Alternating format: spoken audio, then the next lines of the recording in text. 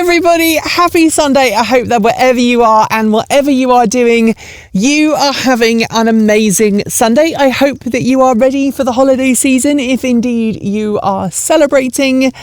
And I hope that if you are in North America, you are away from the horrible snowstorm that is making itself felt in large swathes of the country.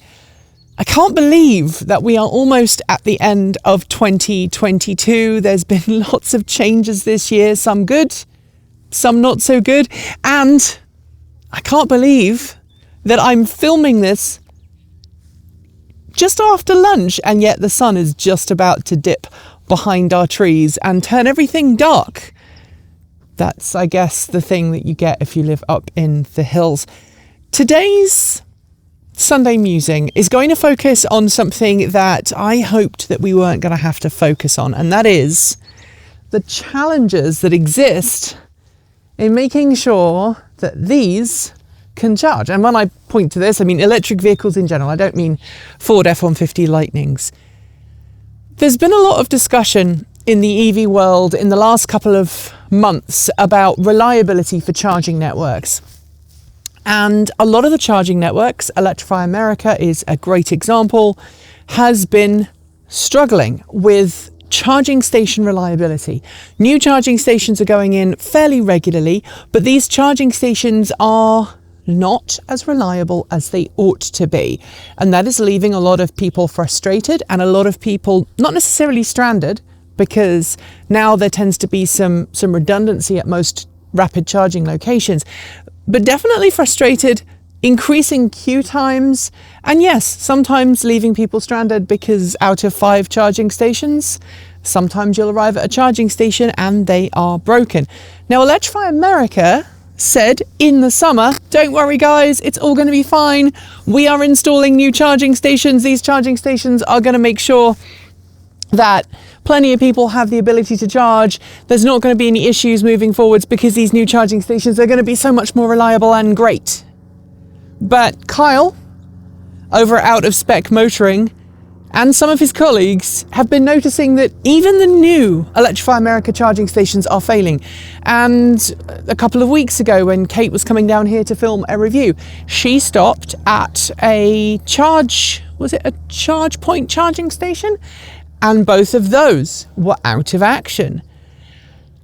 There are very few Electrify America rapid chargers in our area, in fact, that I would consider to be reliable, to the point that now if I'm considering a long distance trip, and I haven't made a long distance trip by EV really since we came back from Fully Charged Live, I would now think long and hard about, okay, is this trip actually doable?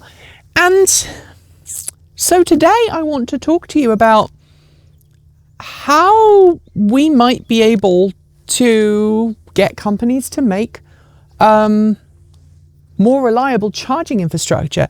I think some of it would rely on things like implementing fines or requiring companies pay for downtime. So, for example, if a company operates a rapid charging station and it fails, they have to pay a fine for the time that it is offline. Maybe that's one way of doing it.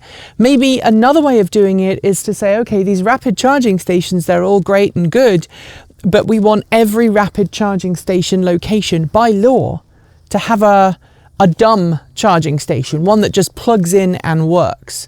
One that necessarily isn't a high power charging station, but one that can allow you to get to your next location at least without stranding you. So for example, having a 10 kilowatt level 2 charging station in North America, or perhaps in Europe, having a 3-phase 22 kilowatt charging station, so that if the rapid charging station is down, someone can always get a charge and then move on.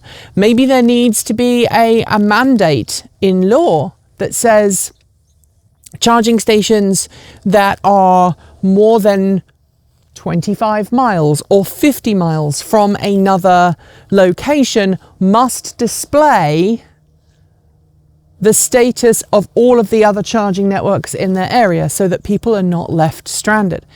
I know, for example, on the freeway, if you're driving, you go past, certainly in Europe, and I've seen it also in North America, you'll see a sign that says last gas station for 100 miles or last gas station for 200 miles. And then if they are out of fuel, sometimes you'll see a sign that says services closed, no fuel, next services in, and a distance, so that you know how far you have to go before you're reliably going to be able to fill up your vehicle. That is something that electric vehicle charging station operators don't seem to be able to get.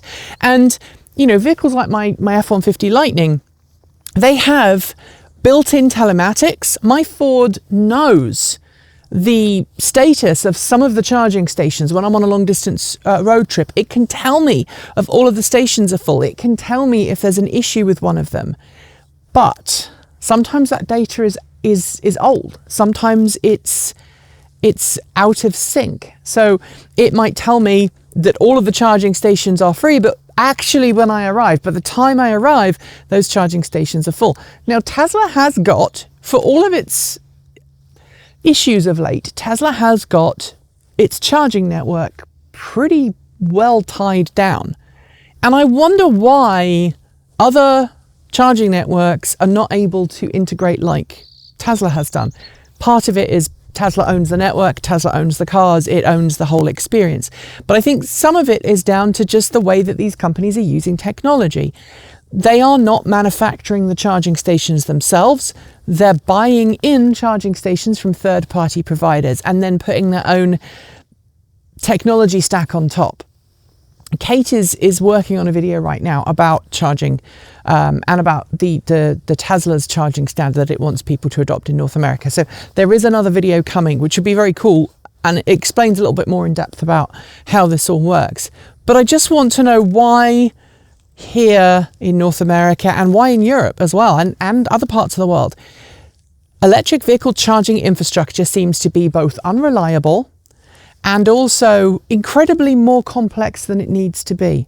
Why is that? Who is preventing these charging networks from actually getting together and operating properly? Is it the charging networks? Is it some dark cabal? Or do we just need to get everybody in the same room and start bashing heads together and hope that we come out with a solution that works for everybody? I would love to know your thoughts, so please do leave them in the comments below, and I will be back next week on this channel for another Sunday Musing. And of course, if you like the chicken and garden update, there will be a chicken and garden update later today for you. So on that note, we are indeed done with today's video. If you liked it, you know what to do, and feel free to tip us with a super thanks. The comments are open for your thoughts, as is our Discord chat room. There's a link below. If you want more, make sure that you subscribe, hit the bell, and follow the links to regularly become a YouTube membership or Patreon supporter, and you'll find links to our Ko-fi, Bitcoin, and Swag store. And do check us out on Mastodon. We have our own server, and it's becoming quite popular. Scrolling on my right is the list of amazing charged up supporters, and shout outs go out to our self-driving tier supporters: Mike Weeder, Patrick Boyarski, Chris Maxwell, Brian Newton, Michael Goad, Bennett Elder, Andrew Martin, Pedro Murpinheiro, Brophy Wolf, Chris and Michael Johnson, Tesla in the Gong, Dan Blair, Peter Dillinger, Gordon C, Stephen O'Donoghue, Carl Hodgson, Anthony Coates, Regine Fellows, Denny Hyde, Chrissa Centaur, and Jim Burness. Finally, out of this world thanks to our top tier supporters: Andrew Glenn, Anonymous Freak, JP Fagerback, Joe Bresney, John Lyons, Rory Litwin, Kevin Burrowbridge, Dave Kitchen, Laura Reynolds, Marcel Ward, Matthew Drobneck, Paul Conway, Reggie Watts, Will Graylin, and last but not least, Ian.